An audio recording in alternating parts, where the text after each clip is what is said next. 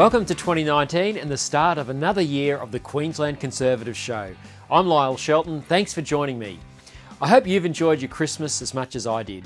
We had a bush Christmas with my side of the family in the hills behind Crow's Nest, just north of Toowoomba.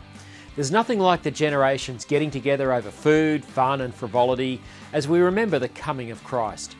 Our extended clan consists of excitable small children, a band of teenagers, some less excitable adults, right through to my parents who remain youthful despite being in their early 70s. It was a truly joyful and chaotic time. New Year's Eve for us was spent with friends in Brisbane and later walking to the top of Highgate Hill to glimpse the fireworks bursting over South Bank as the sun set on 2018. I've also had some day trips to the beach and lots of downtime to read. My daughter made me sign up to a free 7-day trial at F45. That was torture. Never again. I'll stick to running. The Christmas New Year period is a great time to reflect. I've been thinking about the plight of our nation and the looming federal election in which I will be participating as an Australian Conservative Senate candidate for Queensland. That leads me to this week's episode. Today I'll be covering the controversial rally at St Kilda, the Greens' latest attack on the Queensland coal industry, and the dopey idea to test pills at music festivals. But first up, I want to explain why I think this election, which is due by May, is the most serious in a generation. I'm Lyle Shelton, you're with the Queensland Conservative, don't go away.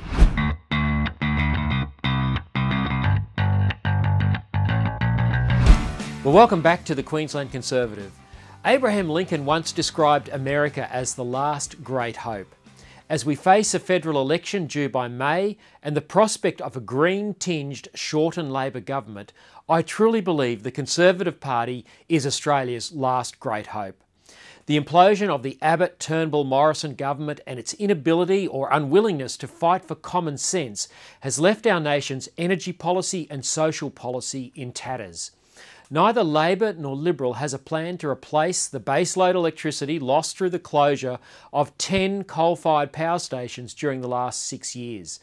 Neither party has a plan to restore freedom of speech and the truth about gender following the same-sex marriage debate. The future looks grim for Conservatives. The leadership failure of the Liberals and the Nationals means Australia faces a Labor government that will accelerate the decarbonisation of the economy and the degendering of our children's schools. The result will be a weakened economy and the triumph of stifling political correctness. The law will be increasingly used under Labor to silence dissent. Voters clearly don't understand the consequences of Green left policy, and an ignorance born of apathy which has morphed into anger stands ready to punish the coalition federally. But there is hope over the medium to long term, and the best hope for economic and social Conservatives looking to navigate a likely two-term Green left-leaning government is to take out third-party insurance in the Senate by electing Australian Conservatives. True Conservatives who have the conviction to say what they mean and mean what they say. In the absence of principled Conservatives in the past, some voters have found Pauline Hanson's One Nation a place to lodge a protest vote. But common sense voters with an eye to constructive and principled approach will have found One Nation weak on lowering taxes and confused on social policy.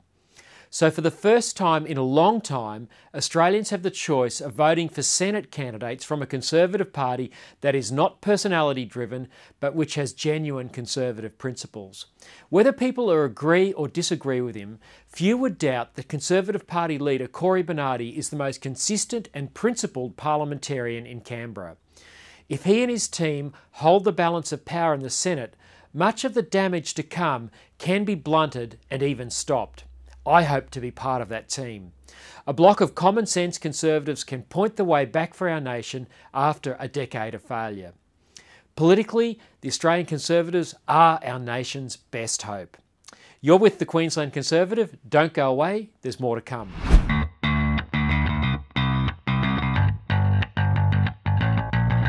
Well, welcome back. You're with Lyle Shelton on the Queensland Conservative Show. On August 28, 1963, a black African-American by the name of Martin Luther King Jr. stood on the steps of the Lincoln Memorial in Washington, D.C. and uttered these words. I have a dream My 4 little children will one day live in a nation where they will not be judged by the color of their skin, but by the content of their character. I have a dream today. In August 2018, a little-known Queensland senator by the name of Fraser Anning rose in the Australian Parliament and called for a return to the White Australia policy. The final solution to the immigration problem, of course, is a popular vote. We need a plebiscite to allow the Australian people to decide whether they want wholesale non-English speaking immigrants from the Third World, and particularly whether they want any Muslims, or whether they want to return to the predominantly European immigration policy of the pre-Whitlam consensus. Anning later said he did not know that the phrase final solution referred to the Nazi government's policy of mass extermination of Jewish people.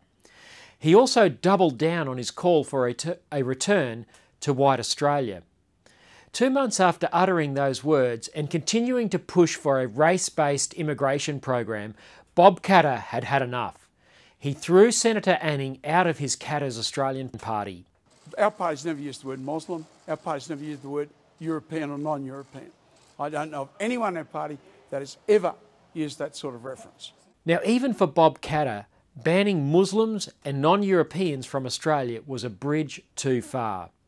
Defending his appearance at the weekend at the rally in St Kilda alongside Blair Cottrell, who has advocated for pictures of Adolf Hitler to be displayed in school classrooms, Senator Anning continued to argue for a race-based immigration program. I would not bring any more Muslims or Sudanese into the country. I'd put a ban on that.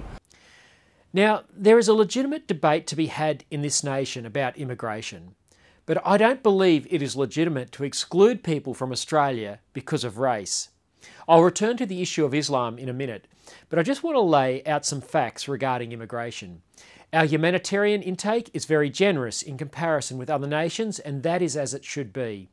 We take around 20,000 refugees per year, and these are people who are fleeing real and present danger and have been assessed as genuine refugees. It's great that we can help them and give them a new life in our free nation. But this refugee intake is low compared to the general immigration intake of about 200,000 people per year. And this is where Australia is feeling the pinch, with infrastructure having not kept up in our big cities. There is a legitimate debate about crime emanating from some ethnic communities, and we should not shirk this or allow political correctness to censor speech about this reality. No amount of politically correct virtue signalling can deny the fact that African gangs have been a problem in Melbourne. While there have been incidences of violent crime committed by African migrants here in Queensland, they have been few. There is no Victorian-style problem in the Sunshine State. And of course, we want that to remain the case. The government should be tough on immigrants who commit crimes, and of course terrorists should be deported, and there is evidence that Home Affairs Minister Peter Dutton is doing just that. So back to Fraser Anning. Should people be banned from migrating to Australia because they are Muslim? I don't think so. Are there problems with aspects of the Muslim religion? Absolutely. And none of us want a bar of Sharia law. Is there a violent stream in Islam that seeks to take territory by force or through weight of numbers? Yes, there is. Are all Muslims on board with that? No, they are not. Are some Muslims used unwittingly for these agendas? Yes, they are.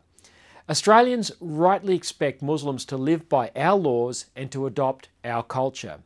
That doesn't mean they cannot practice peaceful aspects of their religion. They can, and most do. But we must never bow to Indonesian or Pakistani-style Islamic practices in this nation. The Muslim community here needs to understand that we won't tolerate any manifestation of this whatsoever. We will not accept the Muslim community in Australia doing what the governments of Pakistan and Indonesia do to critics of their religion, such as Governor Ahok and Asia Bibi. Australians will always feel free to criticise the Quran or aspects of Islam with which we disagree, as we do with any other religion. On this basis, we should not ban Muslim immigration, but we have every reason to remain vigilant and to continue to debate the impact of Muslim immigration on Australian society. No one should be scared of this debate. No one should be shut down by political correctness. Now back to race. Fraser Anning's calls for people to be banned from Australia because of their race is abhorrent. Two of my heroes, Lutheran pastors Martin Niemöller and Dietrich Bonhoeffer, resisted the Nazis for introducing racial discrimination in Germany. Tragically, most Germans did not like the Jews, and they went along with Hitler and his discrimination. But not Niemöller and Bonhoeffer. They both paid a high price. Bonhoeffer paid with his life. Now, Anning's flirtation with racial discrimination is dangerous and must be resisted. Martin Luther King Jr. showed us the way. It is not the colour of one's skin, but the content of one's character that counts. Any debate around social problems in Australia needs to be based on that principle. The policy response is not a ban on racial or religious groups. It is to single out the individuals or groups within the group and deal with them with the full force of the law. That's where Anning and the St Kilda rally organisers have got it so wrong. They have made the Australian flag, a banner under which all Australians should feel proud and united, into an ugly symbol of racism. At a time when we need our citizens to fall in love again with their country after years of leftist self-loathing, Senator Anning and his St Kilda rally organisers have now set this cause back. Their overreach has played into the hands of the left and kicked a big own goal. You're with the Queensland Conservative. I'll be back with more in a moment.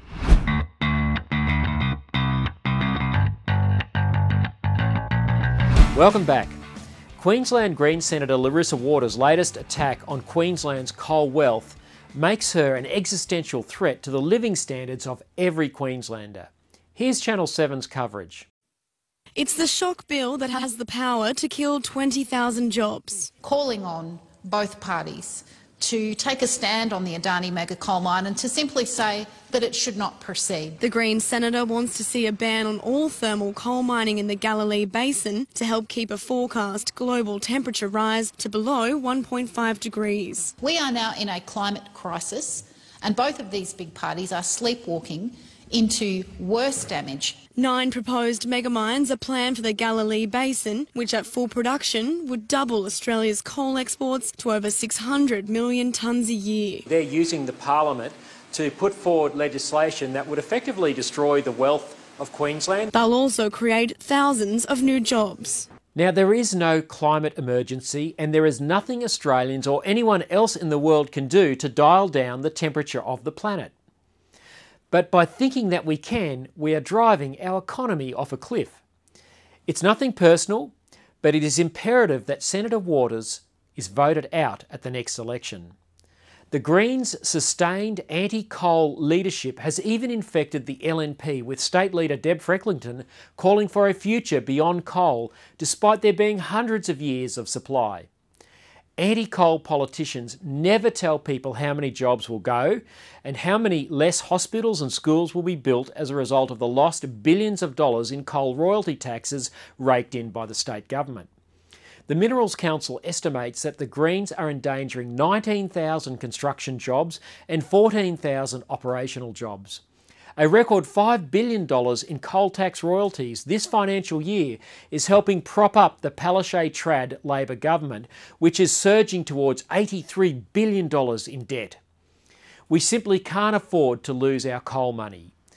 With the likelihood of an anti-coal Green Labor government in Canberra this May, it is imperative that voters take out third-party insurance by voting Australian Conservatives in the Senate.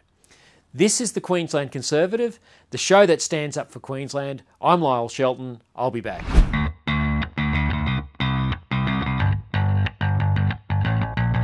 Welcome back. You're with the Queensland Conservative. I'm Lyle Shelton. Labor and LNP politicians need to hold the line on authorising the use of dangerous drugs by providing pill testing at music festivals. It was sad to see the LNP's Dr Christian Rowan supporting what really is a stalking horse for the Green Left's agenda to legalise all drugs.